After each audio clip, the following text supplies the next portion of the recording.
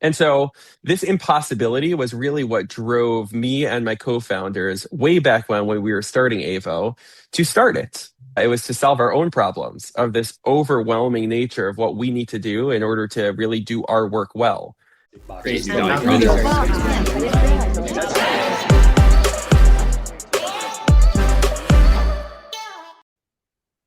Yair Saperstein, co-founder and CEO of Avo. Great to have you on at Startup Health.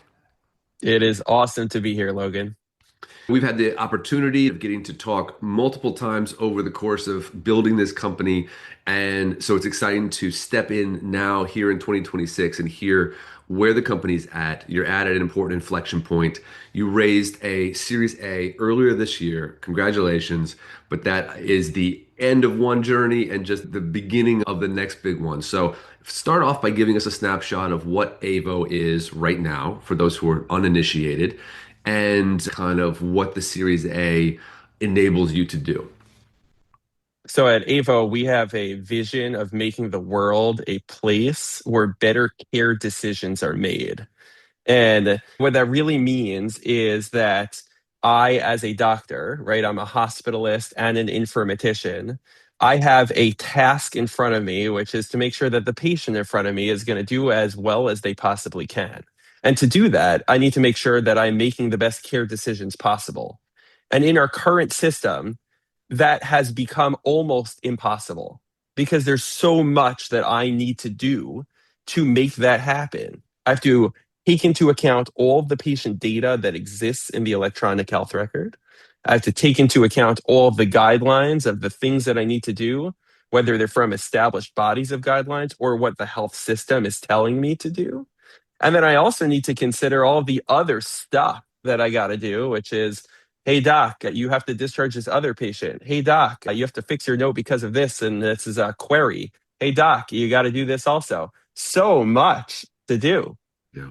And so this impossibility was really what drove me and my co-founders way back when we were starting Avo to start it. It was to solve our own problems of this overwhelming nature of what we need to do in order to really do our work well. And right, this is something that led to us having burnout. Hey, you can't accomplish this well. And then how do we actually accomplish for patients the top quality that we can give them? How do we make the best care decisions? As we've progressed now, and most recently, as you said, raising our Series A in January, we are taking this from a level of, okay, solving individual clinical workflows with a founder-led approach to really a true enterprise approach and also solving system-level priorities. And what that means is, number one, rapid adoption. How do you make sure that all of your clinicians that you want to be using the software are using it?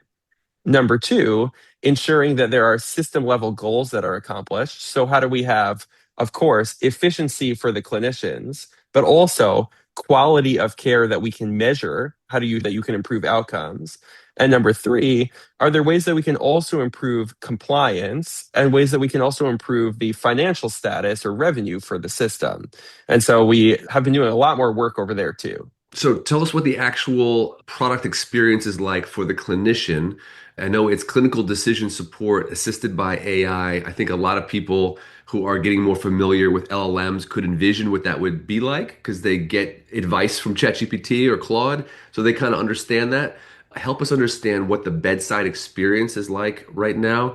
And then as a second, as a tag along to that, why aren't they just getting that through their current medical record like their Epic? Why do you need a sort of an add-on service?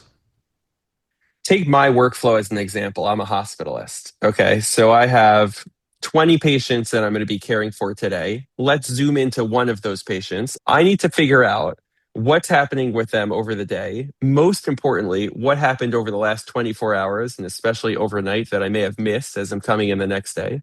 What am I doing with them? And importantly, am I discharging them or not as part of that decision process? And then, of course, I need to communicate with them and communicate with everybody around in the system to make sure that the other clinicians are going to do their part and that the other ancillary staff will be able to help for whatever needs to happen. Epic is able to guide me as to perhaps a summary of what happened with this patient, but it's not going to guide me as to well, what should I do next? Right? For me, if I have a patient who has heart failure and their heart failure is currently leading them to gaining weight, well, I'm not going to get that in a summary. I need to figure out, well, what is my next step?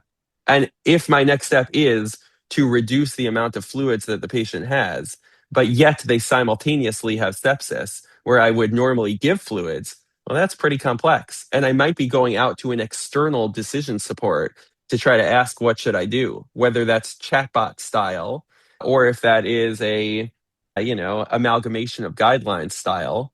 I want that inside of my workflow. I want my system to be able to have all of the patient context and then to guide me. Here's what you should do. Here is suggestions of what your next steps might be. I live in an agentic world. Like, I have an agent drafting my email responses every morning so that I can review them, make whatever changes I want, and send it. So I expect things to work the same way in medicine, and they don't unless you use AVO. And so we sit inside of the EHR as an intelligence layer that can take in all the patient data, run it through clinical decision support. And we currently partner with Dynamed to be able to run these questions, get concrete answers, and use that as your next step of the workflow. And for me, the next step of my workflow is producing a note that incorporates this decision process. And what we're able to do is in writing this note, there's also the idea of capturing what I'm doing and the complexity of the patient in that note writing.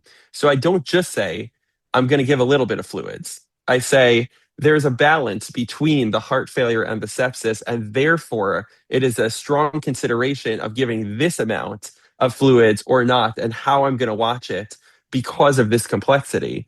Well, that complexity should be captured because that capturing of complexity allows for anybody else that's reading it to understand what's going on, but also allows for health systems to bill appropriately for what I did. And so it allows for true driving of quality capture at the point of care through the process of evidence-based driving of what I'm going to do. So I know you started this company from the perspective of being a practicing physician solving a problem that you were having. And so it's easy to understand the angle why this would be attractive to the physician and also to the patient who's getting this more accurate care. Now let's shift our focus to selling into enterprise, into a hospital system. What are the things that they care about, and how is that shifting your focus, shifting the product? So health systems are spending a lot of money on post care delivery revenue capture. Like, how can we recover value after care? And there's a shift that's happening to try to capture value during the clinical encounter. Like, how can we actually capture all the things that are happening while the patient is there in front of me? And the reason for that is multifold. One is, if you're trying to figure out what happened afterwards, and then you're going to send me, the doc, a query of what's happening afterwards, there's the possibility that I won't answer it, which will be revenue leakage. There's also the possibility that I will change it, but it won't actually impact care the way that you expect. Whereas if you're able to capture it at a point that is truly at the point of care, you can not only influence the ability to actually deliver quality better, but you're not going to have revenue leakage because it's all caught when the patient is there and at the point of care. So systems are trying to capture that. Are there flags going up for you in terms of concerns about the push towards revenue capture driving clinical decision support? Are there ways you're thinking about that interplay and ways in which the enterprise buyer could kind of impact the system in a way that's maybe not physician first? I'd say these two things have always been at odds. It's always, are you going to be doctor first, where it's, okay, I just want to get my notes in a way that can be understandable. As an example, I want to have efficiency. I care only about what's happening with the patient. Or is it going to be quality, as quality means to the system, which ironically is revenue capture, right? When they say quality, that's what they mean. And so these two are at odds because when you think about revenue capture, well, I want all the details in your notes as much as possible so I can capture everything from the complexity of the patient so that I can get more for their stay, as an example. And so these two have long been at odds. And the approach that we're taking is we are driving through the lens of making the best care decision, right? So when I'm trying to figure out what to do with the patient, I want to have clinical decision support as an intelligence layer that will help guide me. What should I do? And as it's guiding me of what I should do, well, I want that documented in a way that is accurate and reflective of what I'm actually doing. And that leads to me having the appropriate documentation that will satisfy the requirements for revenue, compliance, and quality instead of you needing to chase me later. So it actually is coming from a physician first lens, but in a way that also makes the compliance and quality guys happy. And to give you an example, let's say I have a patient with heart failure. If I write heart failure versus heart failure with reduced ejection fraction, I will get paid more for the latter. If I order an echocardiogram that shows that the ejection fraction is reduced, well, that's influencing my clinical decisions knowing that. Appropriately documenting it is something that should be present. The way that most docs are asked to document that is through a click button. Does the patient actually have reduced ejection fraction? Click here to confirm. That's crazy. I already got the echo. I saw the echo. I want that in my notes. Same idea with, let's say, DVT prophylaxis. We try to prevent clots for patients that are in the hospital. And so I give heparin or enoxaparin as a drug to be able to prevent these clots. If I give that order, that means that I'm doing it. Yet I am being asked at the bottom of my notes, are you giving DVT prophylaxis? Choose which one you're giving. This should be automatic in my notes. It Yeah. should be already there. Those are some examples of the way that we can have this revenue capture lens in a way that's really from driving the quality of what I'm doing just by picking up from what I'm doing inside of my notes. Over the last 5 or 6 years, this market has heated up. How hot is this agentic clinical decision support market today compared to where it was when you started? How competitive? What kind of energy is there? And how does that shape your direction? So everyone claims to be doing everything in the current AI world, right? And so from a initial standpoint of competition, there's always the fear of, well, can anybody do anything with AI? And then you start to realize when you are deep in it, when I go back to work as a per diem hospitalist, holy smokes, there's so much that needs to be done here. No one's solving my problem because Yeah. no one gets it. No one gets it. And Yeah. the thing is that there's really three different parts that are going on here. I need to be able to understand the patient context well. I need to utilize that in a way that's helpful for me, the doc, or the clinician. I need to combine that with the decision support of, well, what should I actually do? Not in a way that's best practice alerts that I'm going to ignore, but a way that's helpful for me. And then I need to incorporate the revenue side because that's the system priorities. Otherwise, this is going to be an extra additive layer that's just going to bother me. This is putting things right into the place where it needs to be. Nobody really gets that unless you experience it and live it. And so all of these companies are like, oh, we can use AI to prototype something new that'll work here. Like, sure, but it's not really going to solve the problem the same way.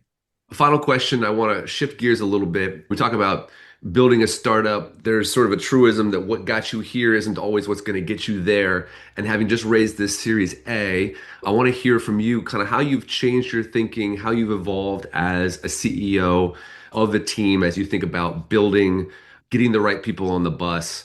Kind of where's your head at right now, and maybe what are some of the things that you have thought about over the last few months? So we are continuing to build our band. I heard two really great analogies. One is that every company, as they move through the startup journey, is really building a band. Take a jazz band as an example. And as you're adding on additional players that are able to play their respective instruments amazingly, you have to figure out what level of expertise are they bringing in? How do they play and jive with the others? And then what's the sound that you want to be able to produce at each part that can work really well? The second analogy is that I am standing on the bank of a river, and as logs are floating by, I need to hop onto the specific logs. I'm not hopping onto all of them. I need to hop onto one that can support us, take us forward, sustain us, and maybe continue to hop log to log. And the thing is that as we hop log to log, we take those band members with us. It's really both analogies at once. And so the seasonality is like we're going from a founder led product driven, solving our own personal pain point company to now one that is an enterprise focused with almost 50 employees with the different specialties and expertise that are being brought into the company. And so through this journey and the seasonality, as we're hopping log to log together, right? To get onto larger logs that are continuing to move fast downstream, that are working well together, there is a change in the way that things are done. Like the leadership styles, the way and the format of how our mission has expanded, the ability to deliver. And as these changes happen, I always have this like self-reflection of like, wow, we are really in this and in this moment. And I want the intentionality of, okay, this is how we're driving it. Almost like, can I put a steering wheel on that log or maybe a tail fin, to help guide it where we want it to go in the river as it's going along. And this latest iteration now, post Series A, as we've continued to expand the team and continue to bring on expertise, it's always this reflection of like, okay, we're in the woods, we're going on, and now attempting to steer with that tail fin so that the whole band can continue to play music well together. I love it. I love it. You got a little daughter at home. Once she gets a little bit older, how do you want her to be thinking about the work that you're doing today? I would say take it from bands and logs floating down the river to this is what is actually needed in clinical medicine. And this is at the forefront of bringing AI safely into clinical medicine in a way that can truly impact care for better care decisions to be made. And I'm hoping that she'll be proud of what we're able to do. It is a lot of effort and a lot of time to be able to pull this off. I'm very grateful to my daughter that when I come home at 11 o'clock, she's up there waiting for me. When I have to leave the house at 4 o'clock, she wakes up with me and she's only 2. But to be able to say goodbye. So, Liel, if you're listening to this later, thank you for that. But I am hoping that she'll be proud of what we're able to do here to really pull off a world where we can improve medicine. Beautiful. Yeah, thanks for the update. It's been exciting to watch you grow from just a few co-founders at Columbia to the Series A, 50 people, new enterprise clients, and it's just going to be exciting to see what the next couple of years brings. So I appreciate the update. Thank you. All right. Take care. Be well. And finally, an invitation to all of the extraordinary health transformers, whether you are a startup, someone building the future of health, or whether you are an investor, funder, or buyer of the solutions out there in the marketplace. This is an invitation to you to join the Startup Health member community. Learn more at startuphealth.com. Look forward to hopefully seeing you soon.